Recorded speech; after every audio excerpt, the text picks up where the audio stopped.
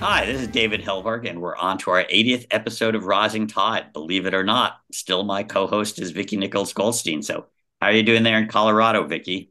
I am doing well. I'm just really perplexed with the amount of snow and landslides and just all this stuff happening around frozen water. Me too. I mean, I'm totally waterlogged after months of rain, which is needed, but less needed the floods and mudslides. Still, it's helping get us out of our record-breaking drought and unfortunately into the predicted climate cycles of extreme weather patterns. But let's talk about some good news for a change. Today we brought back our old friend and Oceans campaign director for Greenpeace USA, John Hocevar. John's captained small subs in the Arctic and Antarctic and shared many other adventures on the front lines of conservation. But today he's here to talk about a historic high seas treaty. In early March, after some 20 years of campaigning, 190 nations cut a landmark deal at the UN on a treaty to protect biodiversity on and below the surface of the high seas that cover half our planet. John, before we get into that, you're Oceans campaign director for Greenpeace. Shouldn't you be Ocean campaign director? I thought we all agreed the world's one ocean and many seas. Okay, I'll take your point. Okay, I want to get into the minutia and we'll get into the real stuff now. This high seas treaty, 20 years in the making. What and why? Yeah, it's fun to talk about. This is a really big deal. And as you said, we've been working on it for a very long time. We, Aaron Sack, I think, wrote the sort of intellectual or legal framework for it, sitting right next to my desk in our Chinatown office, 19 years ago or something. And it's always felt like we were going to win eventually. Maybe not always. Sometimes it felt like it was maybe never going to happen, but it's usually felt like it was going to happen. And then there were also times where we were really worried that it wasn't going to be meaningful. The goal isn't just to get a treaty. The goal is to get a treaty that is going to matter. And it's been such a roller coaster, year after year, watching this, watching governments come out and say better and better things for the most part, but then start to go backwards a little bit, start to, go back over the same territory and reconsider things they'd already agreed to. And meanwhile, a couple governments were just pretty much steadfastly opposed almost right up until the end. Let's go back. The last global ocean agreement was back in 1982, the Law of the Seas, which was focused more on navigation and science. But a result that was unexpected is one third of the world's oceans were claimed then under as exclusive economic zones for coastal states. And that left two-thirds of the ocean, or about half the planet, pretty much an unregulated part of the world. What's this high seas treaty do? I mean, is Yeah, so the big thing is that for the first time, the high seas, so two-thirds of our ocean, are going to be a place where we can actually create a network of sanctuaries. And the only place in the high seas that we could do that before was in the Southern Ocean off of Antarctica. So this is a huge deal, combined with the commitments that governments have made to protect 30% of our ocean by 2030. Now they have a means to actually do that. It wasn't going to be possible otherwise. So that's where we are. That's the big thing that this treaty does. The treaty, we call it the High Seas Treaty, but it's also the Biodiversity Beyond National Jurisdiction Treaty, the BBNJ, which is a mouthful. So how do you what's the more common term? Because I've heard it referred to as both and then another. What is everybody referring to so we can all get on the same page? We've been talking about it as the Global Ocean Treaty. Okay, another name, right? Of course, So, of course. and like you said, it's going to provide a lot of opportunities to do something that we've never been able to do, and that is to protect animal life and habitats in the high seas. How would we go about doing that? well before, let me ask what animals and habitats are out there on the high seas. Great question. So we're talking about, again, two-thirds of our ocean.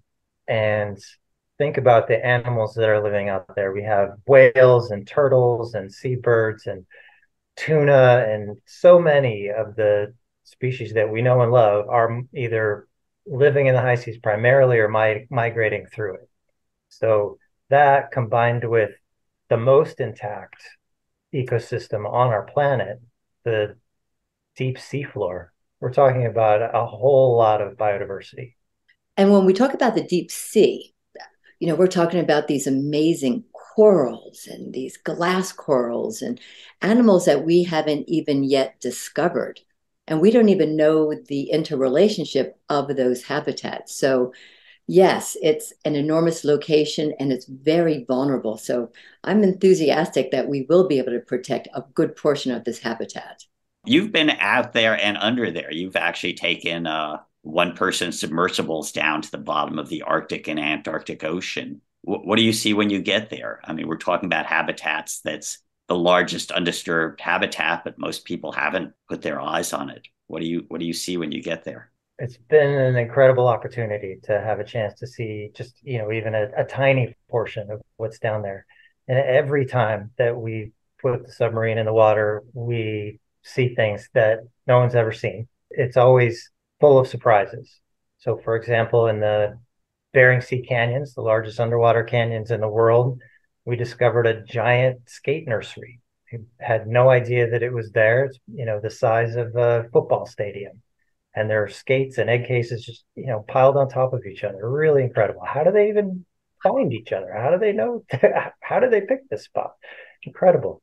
Skates are like rays. They're like flat sharks. Exactly. Thank you. We went to the Amazon reef with the scientists that had first remotely mapped this area. And this is kind of right underneath the plume at the mouth of the Amazon. And when I was in grad school, I was taught that it was a natural barrier, that you'd have corals to the north and corals to the south, but nothing would be able to pass through that barrier. We actually saw live corals and reef fish underneath the plume of the Amazon. How deep was that? That was just, say, 450 feet, something like that. Not too deep compared to where we were just last year in Antarctic waters. I think it was the deepest research submarine dive, the most southern submarine dive to date for research purposes. And the bottom was carpeted with life. It was really amazing, especially closer to the peninsula. We were seeing just, you think about a dive to a tropical coral reef, and if you're seeing 50% live coral and sponge it's really pretty amazing. And this was more than 100. There's so much life that it's actually overlapping each other. So life crawling over each other at what depths? Down to 2,000 feet. Wow. Yeah, because so often people think, the deep ocean, just plains of gray and nothingness. And I'm loving that we're talking more and more about the deep sea and the diversity and the unique animals. And it's so great that so many scientists are now having access to this amazing habitat. And also, this treaty would protect the migratory critters higher up in the water column that we're maybe more familiar with, the billfish, tuna, sharks, and whales. How will they protect that? So what we can do with this treaty is actually propose new, sometimes very large areas to be fully protected from fishing. And so you can protect migration routes, you can protect feeding areas, you can protect breeding areas. So, these places that are critical for different life stages of whales or turtles or other species, this is now we have a means to actually protect them. So what stage are we at in terms of this? This isn't a signed and sealed deal yet, right? That's right. We still have some work to do to bring the treaty into force. There's stage where they have to work through the language to make sure, not to revisit the substance, but to make sure that it's, legally consistent. And part of the reason is that the final day of negotiations lasted 36 hours. There were people sleeping in chairs and on the floor of the UN, including many of the Greenpeace team and our allies. It does need a second look.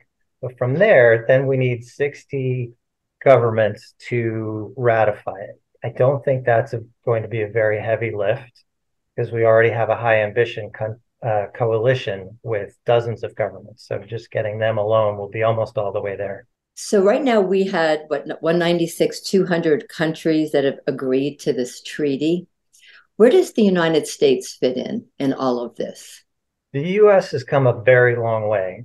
We fought the United States on this for years, and not just during Trump. I mean, going back even before that, the US really didn't like the idea of this treaty at all.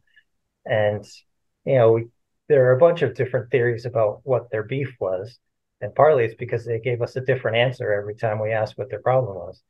But finally, they went from opposing to, okay, we're not really comfortable with it just being, Russia, China, and the US that are opposed. Fine, we'll go along with it. But they really were not being very ambitious about how they were thinking about it. And, it wasn't very constructive. So, all of us, this whole community kept pushing. And by the time we got to this final negotiations, the US played a really constructive role. And, they helped put up money, they helped solve disputes. And, sometimes just as important, they knew when to stay out of it and let other people figure things out. We've interviewed Monica Medina, Undersecretary of State for Oceans, on the podcast. What role did she play, and how did she interact with groups that are like Greenpeace that are normally seen as in conflict with government? I will say that Monica was really open to meeting with NGOs, including Greenpeace. She was one of the people that was, sleeping in a chair in the middle of the night at the final hours of negotiations. I mean, she showed up and did the work. And she was one of very few politicians at her level to do that. And it really made a difference. She's someone that can, pick up her phone and text the environment minister of whatever country is being a problem or could be helpful if they knew that we needed them. The treaty, among other things, kind of confirms what the UN had already called for, which is protection of 1/3 of the world's oceans by 2030. Where will these be? Have you at Greenpeace kind of got a map in the back of your pocket that you'd like to see areas of the world ocean protected? A napkin with magic marker or something like that. I'm so glad you asked. We do, in fact, have a map. And, I think many of us have really similar priorities. For starters, we want to just see progress quickly. We want to see governments actually put this treaty to work and start establishing some large sanctuaries. So that means a mix of kind of low-hanging fruit, things that are going to be easy to do, and also things that are biologically, ecologically important. Name some of those. Sure. So one would be the Sargasso Sea. I think we can get that moving pretty quickly with support from the UK, the US, Bermuda, and Canada. I don't see that being too difficult to move on. And what and where is the Sargasso Sea? The Sargasso Sea is an area kind of off the coast of North Carolina away, so a little bit farther off of Bermuda. And it, is part of the Bermuda Triangle. It's an area steeped in mystery. It's an area where the prevailing currents kind of funnel surface water from all over the North Atlantic.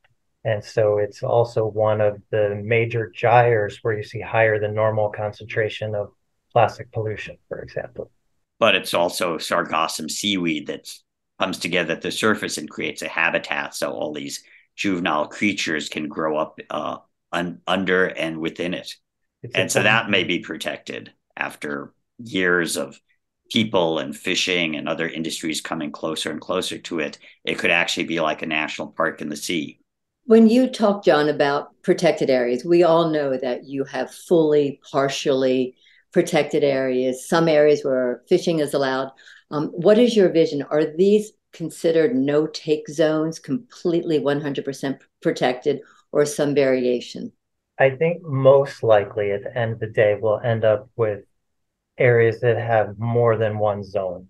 So there'll be areas that are fully or strongly protected, and then others where maybe there's a little bit more flexibility. But the treaty allows for creating fully protected areas, and that was that was what we needed to be happy with this. Oh, absolutely. And what are some of the other areas on the high seas? You mentioned the Sargassum Sea, breeding areas for some of the fish and mammals. Just give us a few possibilities to brighten our day. So there's the largest seagrass bank in the world is in the Indian Ocean, and it's partly shallow, but even though it's high sea, so it's far offshore. And this bank is one of the least explored areas at this shallow depth in the whole world. So we know that it's important for fisheries, unfortunately, because we see a lot of illegal fishing happen there. We also see a lot of human rights abuses on the vessels that are operating there. So this is a great opportunity to take on illegal activity, protect human rights, and protect biodiversity in an area that we really know very little about. Because I'm so curious with seagrass beds, where you would find a shallow area in the high seas. The shallowest areas are within 30 feet of the surface, even though it's hundreds of miles offshore. Amazing. Pretty amazing. And then it drops down into much deeper water. Another example. This is all sounding great. Another example is the Blue Hole. This is 250 miles off the coast of Argentina. And we were just out there early last year with the Arctic sunrise, and we saw, I forget, it was more than 200 fishing boats concentrated in this one area. We could see them all on our radar at the same time. And these are boats from Taiwan, from China, from some Europeans, Koreans, and they're not the most sustainable operations either. A lot of bottom trawlers, longliners, squid jiggers, and they're there because not partly because they fished out the waters closer to home, right? There's no other reason to travel thousands of miles, but also because there's no regulation. This is a biodiversity hotspot, an incredibly productive area, and there's no limit to what they can take. So that's another high priority spot for us. And how big is that blue hole? So not like something that you would see off of Belize, for example, where you think about a really concentrated area. This is much bigger. So we're talking about hundreds of miles. Wow. How did it get its name, the Blue Hole? Because we have so many blue holes that are smaller geographic features. What's the background on that area? This one, I think, is partly because the productivity is fed by upwelling. You have a shelf break out there. So that's basically where this sits, is on the far edge of the continental shelf. And many things in the ocean recently discovered, no kind of agreed on name. People start talking about it in a way that is trying to get some attention for it, maybe, or just like a new way to help people understand what's at stake. So in this case, just trying to help people understand, wow, this is a special area, a biodiversity hotspot that's completely open to any kind of fishing. So there are other treaties around shipping and navigation, around fishing agreements, also around deep sea mining that may not be directly covered by this treaty, but I gather this treaty then becomes another power center to confront issues like deep sea mining, which we've also talked about on this podcast. And I know you're very involved in that issue. How do you see this global ocean treaty impacting the rush for deep sea industrial mining? I think that deep sea mining is never going to get off the ground. I think if we keep fighting this, we will stop it before it starts. I'll give you that prediction right now. Woohoo! That'll be a good one. I'm gonna check in on this in July of 2023. Good stuff. Yeah, I mean, right now the International Seabed Authority is meeting in Jamaica. Really, for the first time, we're seeing many of the member countries step up and say, we're not going to support moving forward on this time frame, opening up the deep sea to mining. And those decisions are made by consensus. It's hard to see how the ISA is going to be able to allow permitting process to happen that quickly. I think it's going to take years, and by then, we'll be able to stop this. I really don't think that we're going to lose. But anyway, the best thing about this in terms of deep sea mining is that it institutes pretty strong requirements for environmental impact assessments. And there's a committee that is multiple governments. So it's no longer possible for, one country, one government to permit operations by a company based in their borders without scrutiny from the rest of the world. So if it's just a sham surface level assessment, there's more transparency and there's more accountability. You've been working a long time on ocean conservation. How happy are you compared to what you've been looking at over the last 20 years? This has been called the biggest environmental treaty in history. I don't know quite how I feel about that yet because it doesn't quite even exist yet and it certainly hasn't been implemented. But it's absolutely a big deal. I feel like this was something that was worth fighting for almost 20 years. And without this, it's impossible to see how we could have protected biodiversity in almost 2/3 of the world's oceans. It is enormous. And what I think is also fascinating, it really creates this mechanism for addressing marine protected areas, fisheries restrictions, limitations on deep sea mining. And it all kind of puts it in the same place. So it takes out all of the pieces and puts them together so we can look at it as a whole. So when you talk about 2/3 of the ocean, that's half the planet. If we're addressing climate, then one of the things the science shows is protected habitats are more resilient to the impacts of fossil fuel-fired climate disaster. And I guess this is also a big climate victory then. Absolutely. And, we should probably back up and talk about why sanctuaries are important at all in the first place. And the fact is they're the best tool that we have to rebuild depleted populations, to protect biodiversity in the ocean, and as you said, to help our oceans be resilient enough that they can survive things like climate change and ocean acidification and the damage that we have done already from industrial extraction, especially fisheries. So if we actually implement a lot of these initiatives, are you anticipating pushback, whether it's political or different industries, extractive industries? Are you preparing for, as an organization, pushback? There is always pushback. That was an easy question. Yeah. We call that softball. There's nothing worth fighting for that is going to be easy. And right up until the end, one of the biggest contentious parts of this agreement was the extent to which it would cover areas that are already somewhat covered by regional fishery management organizations. So, for example, the Western Central Pacific has a body that is really focused on managing tuna fisheries.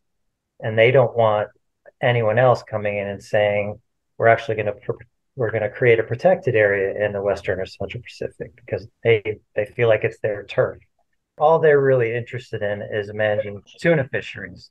They don't have a mandate to protect biodiversity. They've never established a protected area. They don't do a very good job of protecting sharks or turtles that are killed by tuna fisheries, for example. So they're really narrowly focused and largely captured, to be honest, by the fishing industry.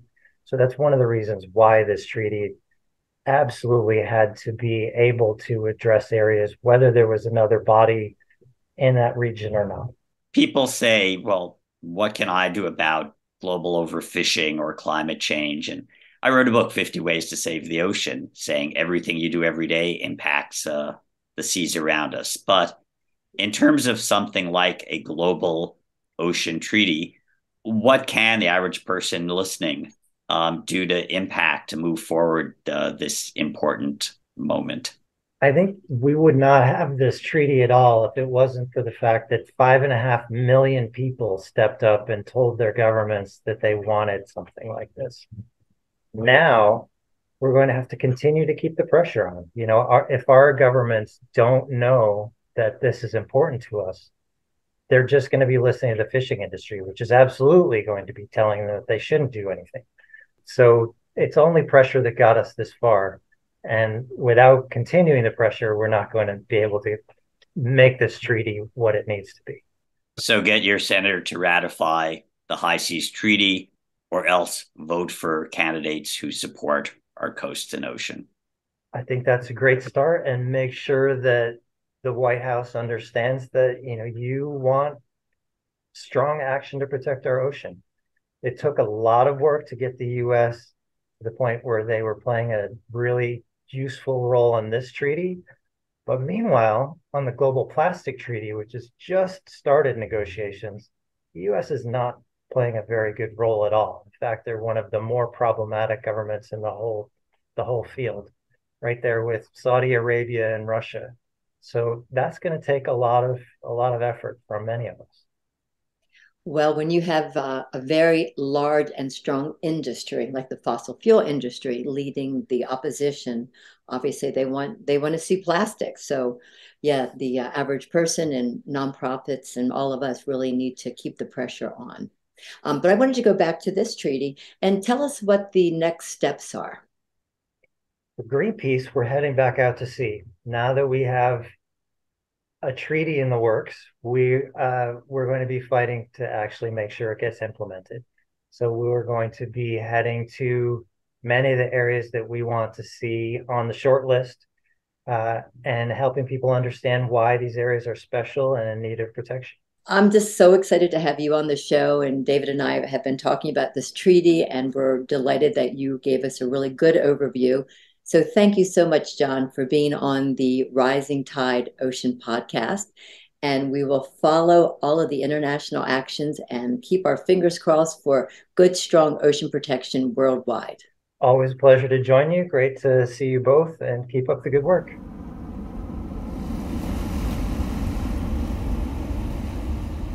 Rising Tide is a production of Blue Frontier, co-hosted by David Helvarg and myself, Vicki Nichols-Goldstein, with support from Natasha Benjamin and Ellie Kurla.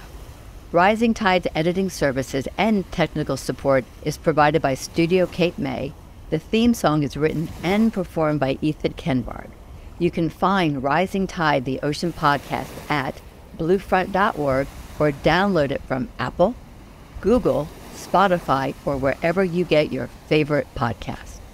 Off in the salty ocean, off where the waves roll free, the sparkling water rises, then crashes to the sea. Out amongst the breakers, you'll have no need to fear. It's true, it's the blue frontier.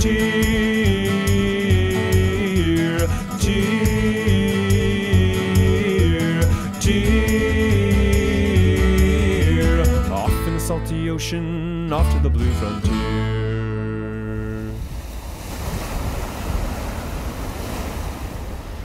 Sparky, come here, buddy. Sparky! There you are. Good boy, Sparky.